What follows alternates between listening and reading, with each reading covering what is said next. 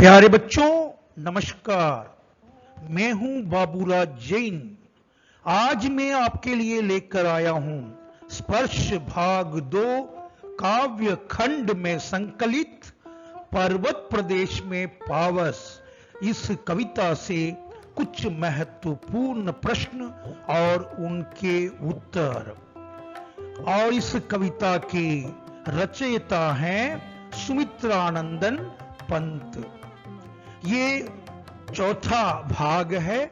इसके पहले 3 भाग प्रकाशित कर चुके हैं। आवश्यकता पड़ने पर जरूर देखें।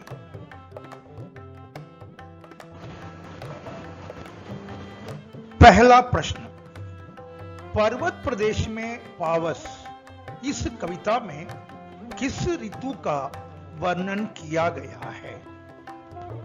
और इस प्रश्न का उत्तर है पर्वत प्रदेश में पावस इस कविता में वर्षा ऋतु का वर्णन किया गया है।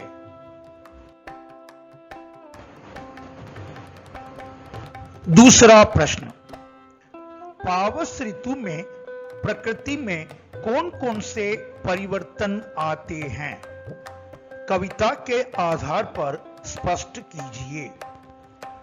और इस प्रश्न का उत्तर है वर्षा ऋतु में मौसम बदलता रहता है, तेज वर्षा होती है, जल पहाड़ों के नीचे इकट्ठा होता है तो दर्पण जैसा लगता है, पर्वतमालाओं पर अनगिनत फूल खिल जाते हैं, ऐसा लगता है कि अनेकों नेत्र खोलकर पर्वत देख रहा है, पर्वतों पर बहते झरने मानो उनका गौरव गान गा रहे हैं, लंबे लंबे वृक्ष आसमान को निहारते चिंता मग्न दिखाई दे रहे हैं, अचानक काले काले बादल घिर आते हैं, ऐसा लगता है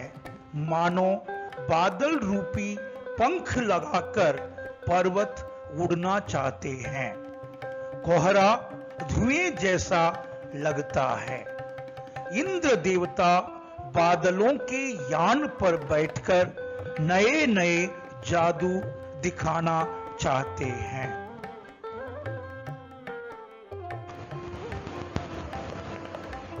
तीसरा प्रश्न, कवि ने तालाब की समानता किसके साथ दिखाई है और क्यों? और इस प्रश्न का उत्तर है कवि ने तालाब की समानता दर्पण से की है। जिस प्रकार दर्पण से प्रतिबिंब स्वच्छ व स्पष्ट दिखाई देता है, उसी प्रकार तालाब का जल स्वच्छ और निर्मल होता है। प्रश्न नंबर 4, झरने किसके गौरव का गान कर रहे हैं? बहते हुए झरने की तुलना किससे की गई है? यहां पर 2 प्रश्न हैं, दोनों के उत्तर हैं। झरने पर्वतों के गौरव का गान कर रहे हैं और बहते हुए झरनों की तुलना चमकदार मोतियों से की गई है।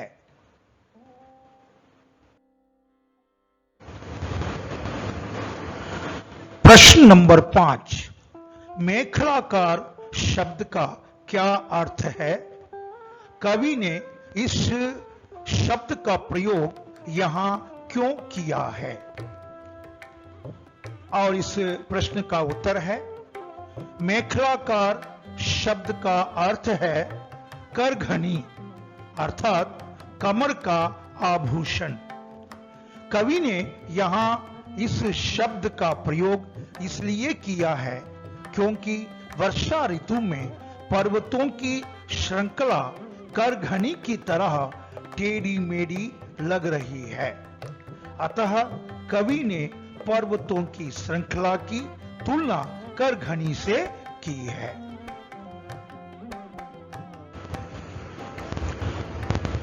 प्रश्न नंबर 6, सहस्रदृग सुमन से क्या तात्पर्य है? कवि ने इस पद का प्रयोग किसके लिए किया होगा? और इस प्रश्न का उत्तर है सहस्रदृग सुमन से कवि का तात्पर्य पहाड़ों पर खिले हजारों फूलों से है। कवि को ये फूल पहाड़ की आंखों के समान लग रहे हैं, अतः कवि ने इस पद का प्रयोग किया है। अगले काव्य के कुछ प्रश्नोत्तर के साथ उपस्थित होंगे। तब तक के लिए नमस्कार।